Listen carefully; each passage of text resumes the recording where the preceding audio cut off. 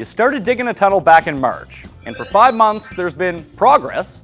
Not noticeable on a day-to-day basis, but you can look back at your 5 months of effort and really see the results. The time's running out, and you need to surface in China in less than 30 days, so it's time to work far more efficiently. This is Mayo's Fantasy Baseball Triple Play Championship Tips.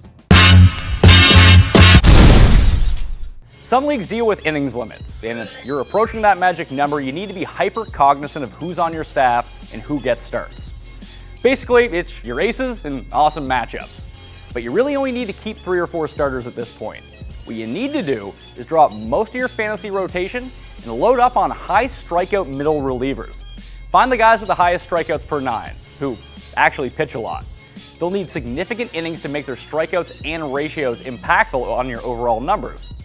I was lying about the finding part, though. I've done that. Go ahead and add Nate Jones, David Carpenter, and Neil Kotz right now. And watch the roto points pile up.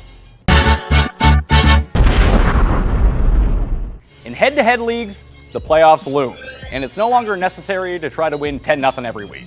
If you can, good on ya, but it's unlikely. If you're limping into the postseason with a fairly average team like most of us are, it's time to take a fearless moral inventory and really figure out the 6 categories you can procure from this point out. Of course, it's far more difficult to do with the format and these stats being so random from week to week, but there are tiny advantages to be had. So load up on category-specific players.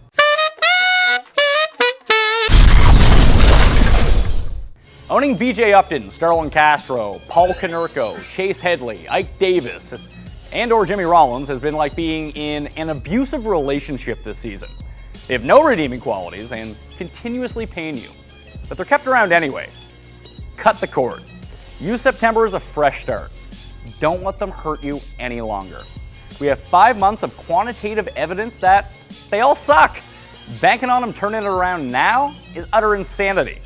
Not only are they torturing your totals, they're occupying valuable roster real estate that should be leased to the likes of Will Venable, Chris Davis, Matt Dominguez, LJ Boats and Hose, Justin Ruggiano, Denard Span, and other wildly available options currently riding hot streaks. It's twofold. You get an influx of stats over these nothing-the-name players we're generating, and there's no hard hesitation dropping them when the streaks run its course. So pick up some new hot thing when that happens.